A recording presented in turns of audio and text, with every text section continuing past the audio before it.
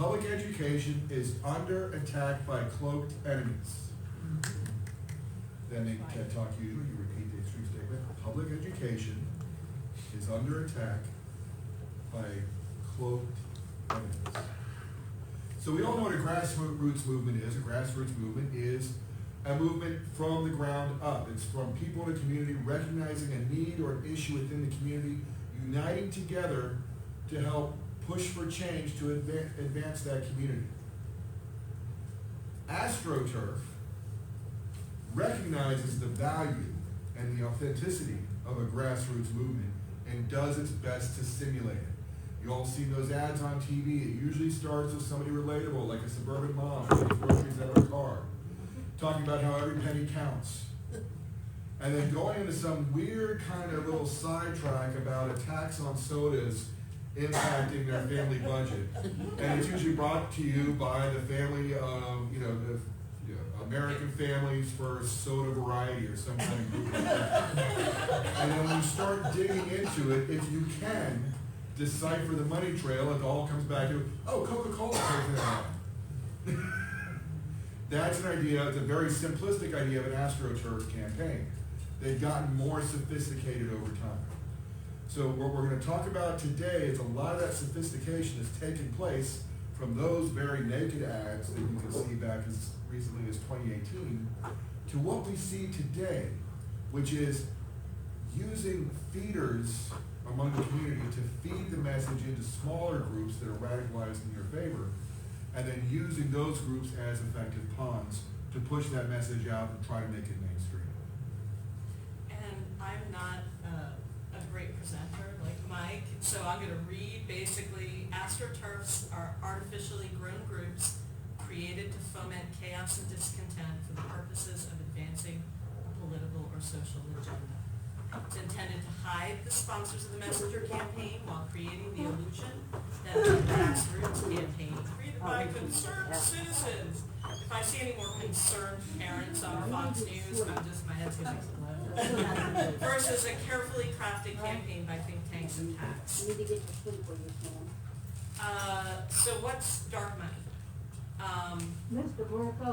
What's happening in our state and locality is happening across the U.S. Fairfax, Loudoun counties are bellwethers of an attempted right-wing corporate takeover of public education. This has been engineered over decades and implemented by multiple players using millions of dollars.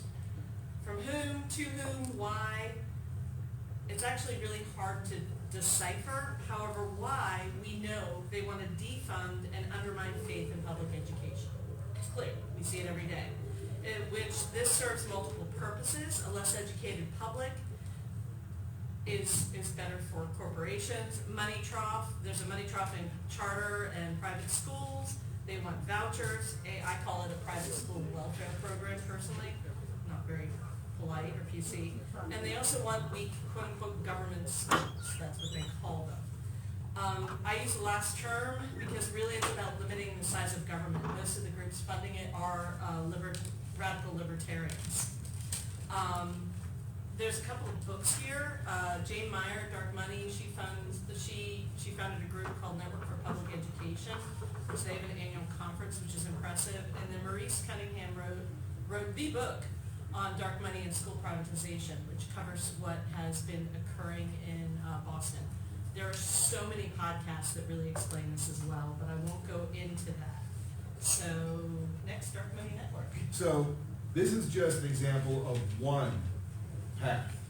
These webs actually are overlaid on top of each other, and there should be lines connecting everything everywhere on this screen that it would be impossible to read. There would also be about a dozen more icons for other organizations. This is an example of just one that we encountered here in Chesterfield. So for Chesterfield, we've had a lot of work. There's a concerned parents group called Virginia for Children's First. And as I pointed out in the May school board meeting in Chesterfield, they're getting material and information from No Left Turn Virginia, and also coordinated, and they're partnered with Moms for Liberty in Virginia. Both of these groups work with things like Parents Defending Education, which is also tied into the Heritage Foundation. The Heritage Foundation is fed from State Policy Network, ALEC, the Kennedy Institute, and it all ends up running back up to our Koch fans. Now remember, all of this is they want to limit and privatize public education so that they can have an uneducated, defranchised workforce. That's right. Think of the lab schools and the other things that Youngkin is doing in our fair state. Those are not for the betterment of the people. Those are the betterment of the corporations. But keep going. Oh, we on to the next one? Yes. Driving quickly to be alive. So one of the reasons, though, that the specific amount of money that's flowing through these and the specific groups is really hard to identify is because you need to go through tax forms to do that. That's why there's groups like Judd Legum with Media Matters and Matthew Gertz with Popular Info, or I think I just switched them.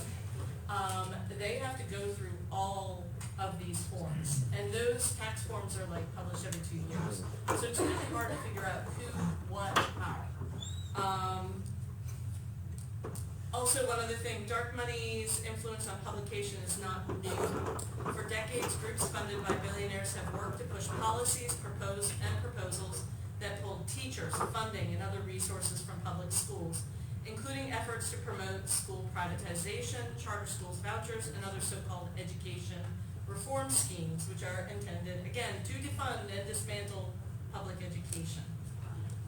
This is another example of a network. I don't know if you guys remember at the beginning of COVID, they had the Great Barrington Declaration, and it was these people talking about herd immunity, we're there already with COVID, Yes. none of which was based in science. This is just one example of the people who supported people like Emily Oster, who wrote the Atlantic article that every open schools organization quotes, and all these other people who are scientists, including Scott Atlas, who was in Trump's administration. So their messaging is not surprising.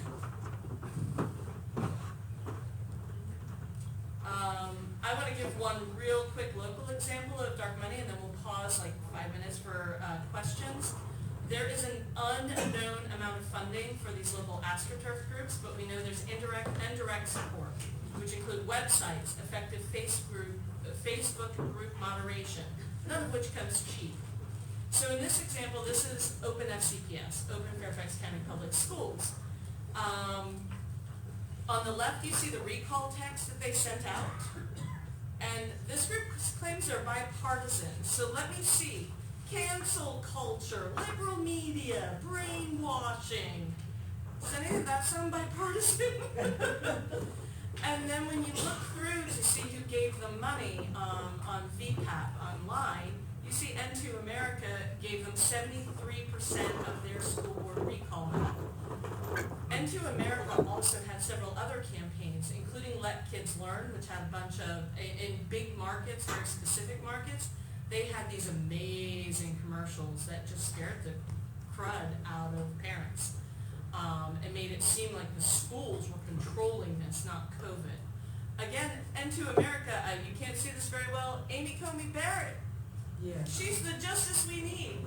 She was part of their campaign too. All of this is linked.